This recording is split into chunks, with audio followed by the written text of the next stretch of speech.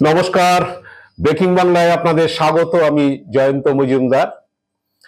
কেন্দ্রীয় অর্থমন্ত্রী নির্মলা সীতারমণ সংসদে অনেক বক্তৃতাবাজি করেছিলেন যে কোনো রাজ্যকে আলাদা করে বঞ্চনা করা হয়নি, কারণ তার যে বাজেটের যে বক্তৃতা, বাজেটের যে ডিবেট, সেই ডিবেটে তৃণমূল সাংসদ অভিষেক বন্দ্যোপাধ্যায় তিনি প্রশ্ন তুলেছিলেন কেন্দ্রের বঞ্চনা নিয়ে, যে বাংলাকে বঞ্চনা করা হচ্ছে, বিশেষ করে 100 দিনের কাজে বা আবাস যোজনার টাকা নিয়ে।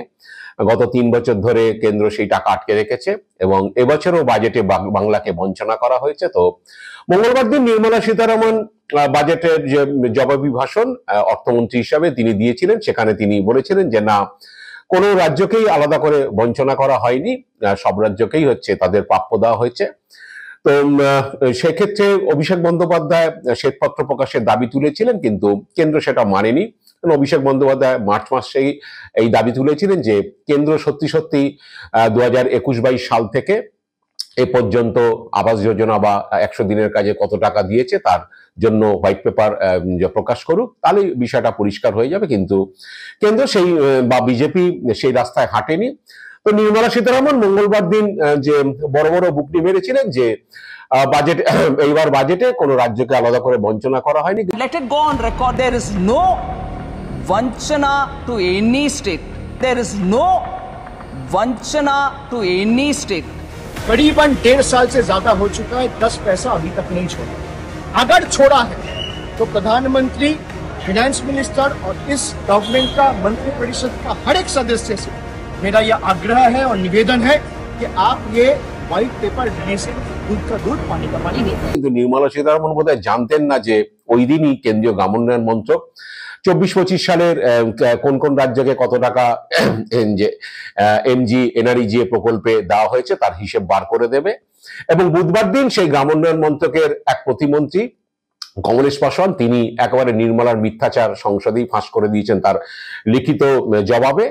তো যেটা হয়েছে সেটাতে জানা যাচ্ছে যে 24-25 আর্থিক বছরে, যেটা এবছরের বাজেট হয়েছে, সেখানে কেন্দ্রীয় গ্রামোন্নয়ন মন্ত্রক পশ্চিমবঙ্গে এমজিএনআরইজি এর জন্য 1টি টাকাও বরাদ্দ করেনি।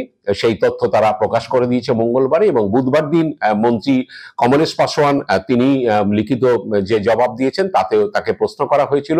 তৃণমূলের 4 সাংসদ সৌগত রায়, দেব, খলিলুর রহমান এরা প্রশ্ন করেছিলেন যে বাংলার বকেয়া নিয়ে, বাংলা বরাদ্দ নিয়ে এবং বকেয়া নিয়ে।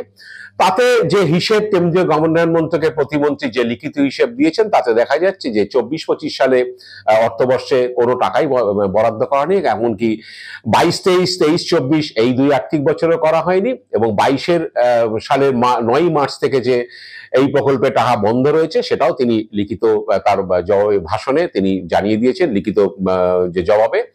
তো এইটা হওয়ার পরে হইচই শুরু হয়ে গেছে যে নির্মলা সীতারমণ অনেক বড় বড় বুকনি মেরেছিলেন যে কোনো রাজ্যকে বঞ্চনা করা হয়নি, বিশেষ করে পশ্চিমবঙ্গকে বঞ্চনা করা হয়নি। কিন্তু সেখানে বরাদ্দতেই বোঝা যাচ্ছে যে 24-25 আর্থিক বছরে বাংলাকে 1টি টাকাও বরাদ্দ করা হয়নি এই প্রকল্পে। এবং এর আগেও 3 বছরে বাংলার বকেয়া রয়ে গিয়েছে। কারণ যেটাতে হয়েছে, সৌগত রায়রা জানতে চেয়েছিলেন এবং একই সঙ্গে কেরলের কংগ্রেস সাংসদ কে সুরেশ তিনিও জানতে চেয়েছিলেন যে বাংলা কেরল কোন রাজ্যের টাকা বকেয়া রয়েছে। সেই এখানে উত্তরে সেই কমলেশ পাসওয়ান প্রতিমন্ত্রী গ্রামোন্নয়ন মন্ত্রীকে তিনি বলেছেন যে একমাত্র বাংলারই বকেয়া রয়েছে এবং সঙ্গে লাক্ষাদ্বীপের জন্য বরাদ্দ হয়নি। কিন্তু বাংলায় বকেয়া থাকার ব্যাপারে তিনি পরিষ্কার করেই দিয়েছেন যে 21-22, 22-23 এবং 23-24 সে বকেয়া রয়েছে। 21-22 অবশ্য কিছু বরাদ্দ হয়েছিল। তো সেই বকেয়া পরিমাণ অনেকটাই অন্য রাজ্যগুলো থেকে যা রয়েছে তার থেকে প্রায় 5,500 কোটি টাকার বেশি। তো এইটা তিনি বলে দেওয়ার পরে স্বভাবতই প্রশ্ন উঠেছে, তাহলে অর্থমন্ত্রী এই ধরনের কথা কেন সংসদে দাঁড়িয়ে বলেছেন? কারণ পরিষ্কার কথা, তবে কমলেশ পাসওয়ান বা মঙ্গলবার শিবরাজ সিং চৌহান কেন্দ্রীয় গ্রামোন্নয়ন মন্ত্রী তিনি বলেছেন যে কেন্দ্র বাংলা নিয়ম মানেনি, সেই কারণেই হচ্ছে তাদের টাকা আটকে আছে। কারণ তারা বেনিয়ম করেছে, তারা এক খাতের টাকা অন্য খাতে ব্যয় করেছে, অনেক জায়গায় হিসেবের গন্ডগোল আছে, সেই নিয়ে এফআইআর দায়ের হয়েছে। রাজ্য সরকার তাদেরকে দোষীদের আড়াল করার চেষ্টা করছে, এই ধরনের নানান অজুহাত তিনি দিয়েছেন। কিন্তু যে বকেয়া যে রয়েছে সেটা তারা যে রিলিজ করেছে যে হিসেব, বিভিন্ন রাজ্যকে কত করে টাকা দেওয়া হয়েছে গত 4টি আর্থিক বছরে, এবং এবছরের এই আর্থিক বছরে বাংলাকে যে কোনো বরাদ্দই করা হয়নি সেটা তাদের হিসেবেই তারা জানিয়ে দিয়েছে, এবং মন্ত্রী লিখিত যে উত্তর দিয়েছেন সংসদে বুধবার তাতেও পরিষ্কার। তো এটা বোঝাই যাচ্ছে যে কেন্দ্রের বঞ্চনা নিয়ে তৃণমূল তারপরে কোমর বেঁধে নামে বুধবার থেকেই হচ্ছে বিভিন্ন মন্ত্রী সাংসদরা তাদের এক্স হ্যান্ডেলে বাংলার বঞ্চনা নিয়ে এবং নির্মলা সীতারমণের যে মিথ্যাচার সেই নিয়ে তারা এক্স হ্যান্ডেলে পোস্ট করতে থাকেন। এবং বিকেলের দিকে চন্দ্রিমা ভট্টাচার্য এবং কুণাল ঘোষও তারা প্রতিবাদ জানিয়েছেন যে অন্যায়ভাবে বাংলার টাকা আটকে রাখা হয়েছে এবং বাংলার প্রতি বঞ্চনা করা হয়েছে। তো রাজ্য বিজেপির নেতারা অবশ্য শ্রমিক ভট্টাচার্য সংবাদ মাধ্যমকে জানিয়েছেন যে কেন্দ্রের টাকা পাওয়ার অধিকার আছে এবং সেই টাকার হিসেব না দেওয়ার অভ্যাসও থাকবে, এটা হতে পারে না। তাই হচ্ছে কেন্দ্র তাদের সেই ব্যাখ্যা যে চেয়েছে সেই ব্যাখ্যা রাজ্য সরকার দিতে পারেনি, তাতে সন্তুষ্ট হয়নি, সেই কারণে রুলস 27 জারি করে রাজ্যের টাকা আটকে রাখা হয়েছে। তো শ্রমিক ভট্টাচার্য কেন্দ্র সরকারের পক্ষেই এবং বিজেপির বক্তব্য তারা জানিয়েছেন যে অনিয়মের জন্যই টাকা আটকে রাখা হয়েছে। তো এখন বিজেপির রাজ্য নেতারা অনেকেই বলাবলি করছেন যে এবার লোকসভা ভোটে বিজেপি শহরাঞ্চলে তুলনামূলক গ্রামাঞ্চলের থেকে ভালো ফল করেছে, কারণ তারা দেখা যাচ্ছে বিভিন্ন কর্পোরেশন বা মিউনিসিপ্যাল এলাকাতে তাদের ফল ভালো হয়েছে, তুলনামূলক মফস্বলে তাদের ফল খারাপ হয়েছে গ্রামাঞ্চলে।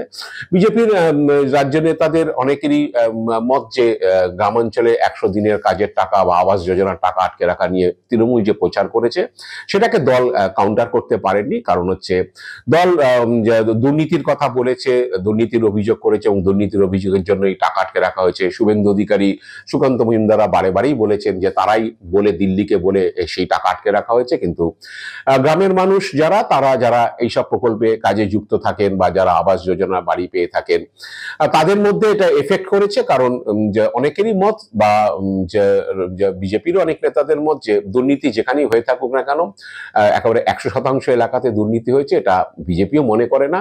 তাই 10, 20, 30% যেখানেই দুর্নীতি হয়ে থাকুক না কেন, যেখানেই এফআইআর ড্র হয়ে থাকুক না কেন, তার বাইরে যারা মানুষরা রয়েছে তারা যারা কাজ করে টাকা পায়নি বা যারা অ্যাপ্লাই করেছে বা আবাসের জন্য করে দীর্ঘদিন ধরে বসে রয়েছেন, তারা বাড়ি পাচ্ছেন না বা ঘর পাচ্ছেন না, তাদের মধ্যে সেটা প্রভাব ফেলেছে।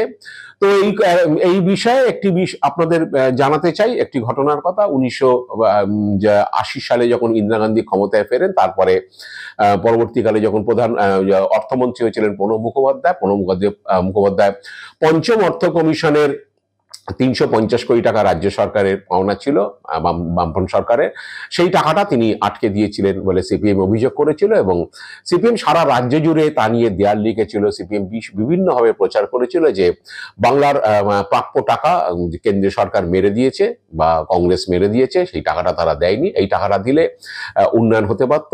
1982-83 সাল অনুযায়ী 350 কোটি টাকা অনেক টাকা।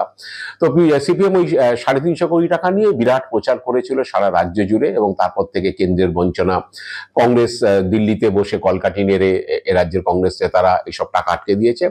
তো দেয়াল লিখে সিপিএম ছড়িয়ে দিয়েছিল যে এইভাবে কেন্দ্র তাদের কিভাবে বঞ্চনা করেছে।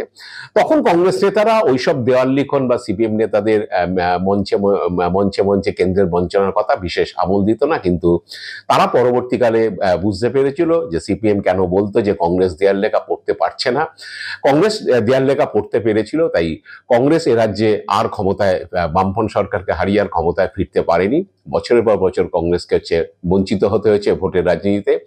বাংলার মানুষ কংগ্রেসকে মুখ মুছে দিয়েছিল, পরের পর বামফ্রন্ট সরকার গঠন করেছিল সিপিএম। তো এখনো বোধহয় বিজেপি নেতারা এই বঞ্চনার কথা বা সত্যি সত্যি দেওয়াল লিখনের কথা বোধহয় বুঝতে পারছে না। তারা তো মনে করছেন যে অনিয়মের কথা বলে বা দুর্নীতির কথা বলে টাকা আটকে রেখে তৃণমূল সরকারকে জব্দ করা যাবে, কিন্তু আসলে দেওয়াল লেখা পড়তে না পারলে কি দশা হয় সেটা এ রাজ্যের কংগ্রেস নেতারা বুঝেছেন। আমি জানি না ভবিষ্যতে বিজেপি নেতারা বুঝতে পারবেন কিনা। আজ এ পর্যন্তই। আপনারা ভালো থাকবেন, সুস্থ থাকবেন। নমস্কার।